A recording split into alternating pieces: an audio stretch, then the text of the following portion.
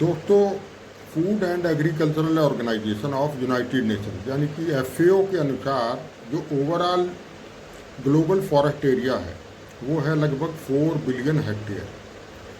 Now out of this 4 billion hectare of global forest area, रफली half that is 50% is occupied by tropical forest. जब मैं tropical forest बोल रहा हूँ तो उसमें सारे ट्रॉपिकल फॉरेस्ट आ गए, जैसे tropical moist deciduous forest, tropical dry deciduous forest, आपका tropical thorn forest, tropical evergreen, semi evergreen etcetera etcetera. और बोरियल फॉरेस्ट जो हैं दे कवर अबाउट 29% और बाकी बचा 21% that is occupied bye temperate forest. अब मोटे तौर से आप ये कह सकते हैं कि जो बोरियल फॉरेस्ट हैं वो नॉर्थ पोल के आसपास है, आर्कटिक सर्कल के आसपास, जैसे कनाडा का प्रपोर्शन है, आपका यूरोप का प्रपोर्शन जिसमें Scandinavia countries, Norway, Sweden, Denmark वगैरह आते हैं, या रसिया का प्रपोर्शन, साइबेरिया।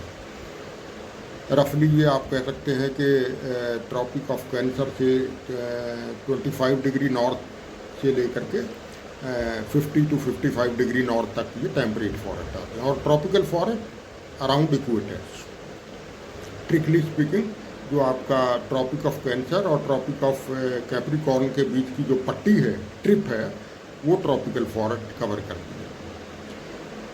अब आपको ये बताना है कि out of these forest type which forest is maximum in biodiversity, is maximum carries maximum richness in biodiversity, यानी कि बायोडाइवर्सिटी पॉइंट ऑफ व्यू से सबसे समृद्धशाली इन तीनों में से कौन सा फॉरेस्ट टाइप है? ट्रॉपिकल फॉरेस्ट, टेम्परेट फॉरेस्ट और बोरियल फॉरेस्ट। और विद रीजन्स आपको कमेंट बॉक्स में ये बताना है कि रीजन्स के साथ कम से कम 3 मेन रीजन्स हैं कि कौन सा फॉरेस्ट टाइप इनमें से बायोडाइवर्सिटी पॉइंट ऑफ व्यू से मैक्सिमम समृद्धशाली है या रिच है।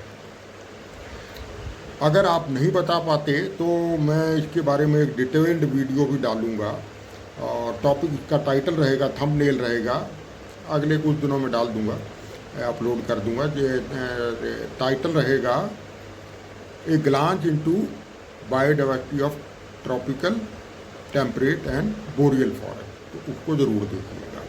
Thank you.